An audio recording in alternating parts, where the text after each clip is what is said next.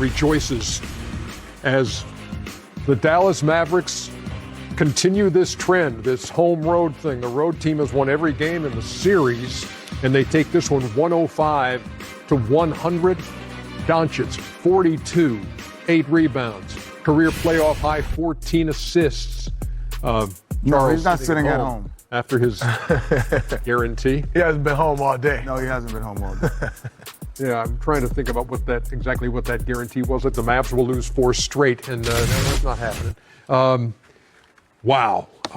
Okay, I'm going to look for an explanation from you on how this happens, but tell me from your experience. Could you go back to '95, and you're the lower seed, so you got to open up at San Antonio, and then your series looks a lot like this one. 100%.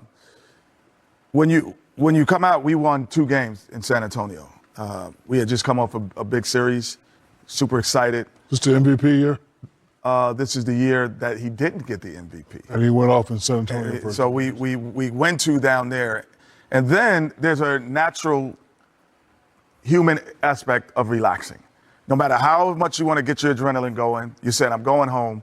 And then when they win game 3, that puts the pressure back on you. Mm-hmm. And so now it's back to an even playing field. They beat us there. And I just remember, and coming off the plane, we come off the team plane, San Antonio, and the first thing I said, man, it's good to be home. And then I didn't know that would have any impact. I was just trying to get myself kind of motivated. Yeah. And Dream said, man, I'm glad you said that. I remember we're good here.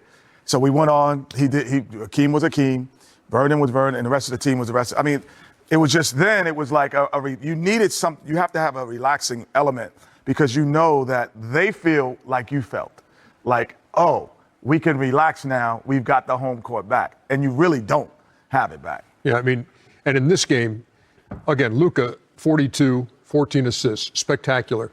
And when I asked you about him in that first rip, I'm asking as a guy who, the only one on this set who has faced this guy, what are you facing when you face Luka Doncic?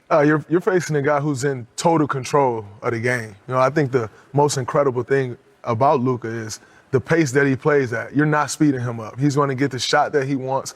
He's going to get all his guys involved. And that's the challenge. And so he's getting the switch. And the Clippers are falling into these switches, and then he's just getting to his spot. And that's been the story of this series. We'll talk about the Clippers with you, Shaq, in just 1 second. First, let's hear from Ty Lue. Committed sports foul, and then, when he came out of the game, we had to ask Kawhi to do a lot. I think Kawhi got a little tired. But, PG having 4 fouls early on in that third quarter really hurt us. And so we had some turnovers that led to easy baskets for those guys, and then we couldn't score the ball like we needed to. So only having 21 points in that third quarter, really hurt us offensively. Obviously, hindsight's 20/20, but I think you put in Zoo for PG at the time. Did you consider putting Terrence in to keep the small lineup out there? I got to look at it. I don't remember. Thanks, guys. Thanks for Sabrina. Hey, Ty, did you see anything differently about how they were defending Kawhi in this game?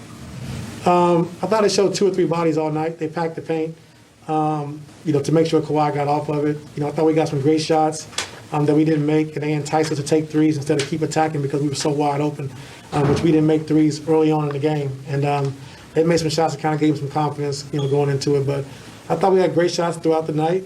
You're going to make some, you're going to miss some, but I still can't take away from our aggressive attacking the paint, attacking the basket, even though they try to, run a lot of zone, which we still got open shots, so you still can drive it as well. So we got to be better when it comes to playing against the zone. Thanks. Go to Nick Hamilton. Hey, Coach, obviously you've been in this situation before, so what is the message now that you're telling your team, especially coming after this loss and going back down to Dallas for Game 6? We got to win in 7 now. We'll go to Rachel. Okay, explain the LA Clippers to me, Shaq. Well, they're going to have to make a decision. I am no way a defensive specialist, but I played against some amazing scorers, and we've always made 2 decisions. Let him get his, but don't let the help, right? Or shut him down and make the others beat us. Luka didn't get a lot of help, but he got, some help from Tim Hardaway Jr. I've never seen that before. A team have 5 stars in double figures, and then, and lose to the team that has 2 in doubles. Yeah, 2. I've never seen it before, but you can't let a guy continue to torture you at home with these points.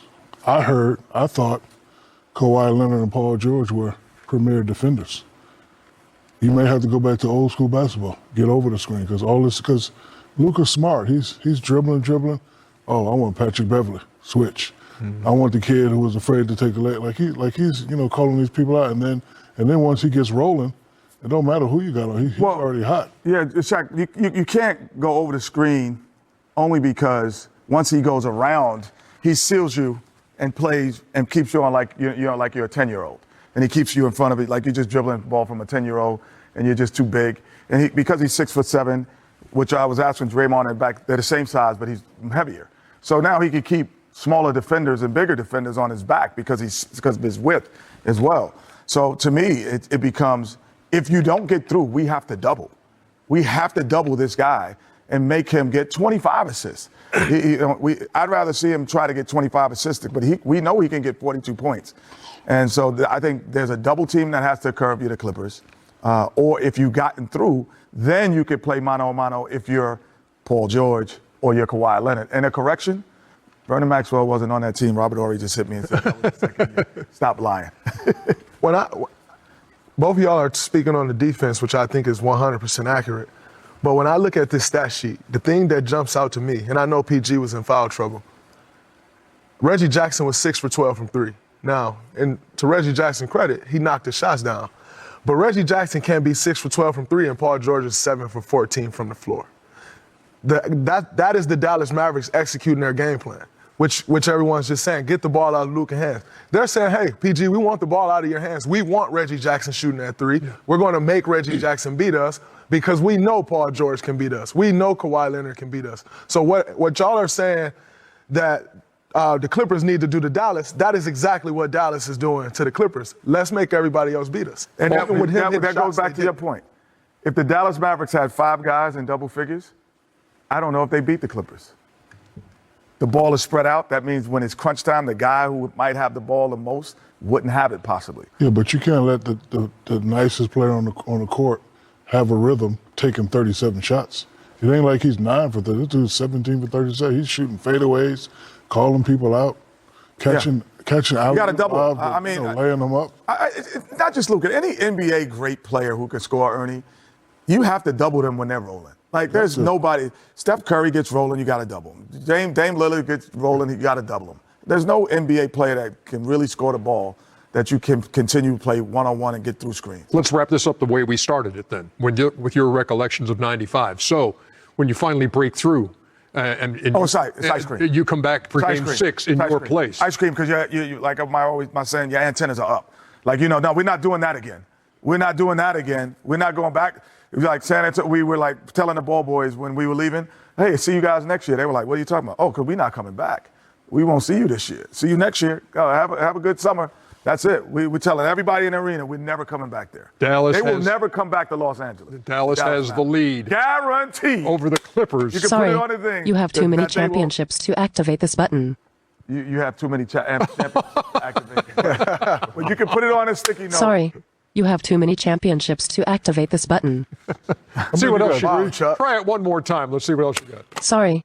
You do not eat enough. Okay, but when you look at the addition with Drew Holiday and Chris Middleton, those are key additions. But when you look at what they do on the defensive side of things, they have perimeter defense with P.J. Tucker, Drew Holiday, even Chris Middleton is sitting down and defending. And they have rim protection in Brook Lopez and Giannis. So when I look at this Milwaukee Bucks team, it's nothing that they're lacking defensively or offensively coming out of the Eastern Conference. You're not budging. I'm not budging. Should be a whale of a series. Let's roll the ball out and see what happens. Looking forward to that. Meanwhile, I feel sorry for your loss. Okay. Thank you, Kendrick. Let's go to the West now. Luka and the Mavs visiting the Clippers. This bizarre series where the road team has won every game. What do you think decides Game 5? Well, it comes down to Kawhi Leonard and Luka. And right now, Kawhi Leonard has been the best player in this series. And I get it. Luka has a neck strain or whatever he has going on. But I think the Clippers have figured it out. And great job by Ty Lue. He has made some key